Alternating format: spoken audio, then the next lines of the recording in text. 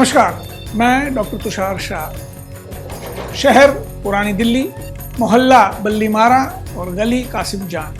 मैं हूँ मिर्ज़ा गालिब की हवेली में, जो एक मेमोरियल है। गालिब का एक मेडिकल शेर है, दिले नादा तुझे हुआ क्या है, आखिर इस मर्ज की दवा क्या है। गालिब दिल की बीमारी की बात कर रहे थे। अक्सर पेशेंट्स हमसे पूछते हैं कि डॉक्टर साहब मुझे हुआ क्या है, आखिर इस मर्ज की दवा क्या है। कई मर्जों की अक्सर एक ही दवा होती है। अगर आपकी याददाश्त कम हो रही है, कंसंट्रेशन कम हो रहा है, एंग्जाइटी हो रही है, हाथ पांव में झुंझुनाहट हो रही है, मुंह में छाले पड़ने लगे हैं, भूख कम हो गई है, वजन कम हो रहा है, खून कम हो रहा है, तो अक्सर इन सभी का एक कारण हो सकता है, और वो है विटामिन B12 की कमी।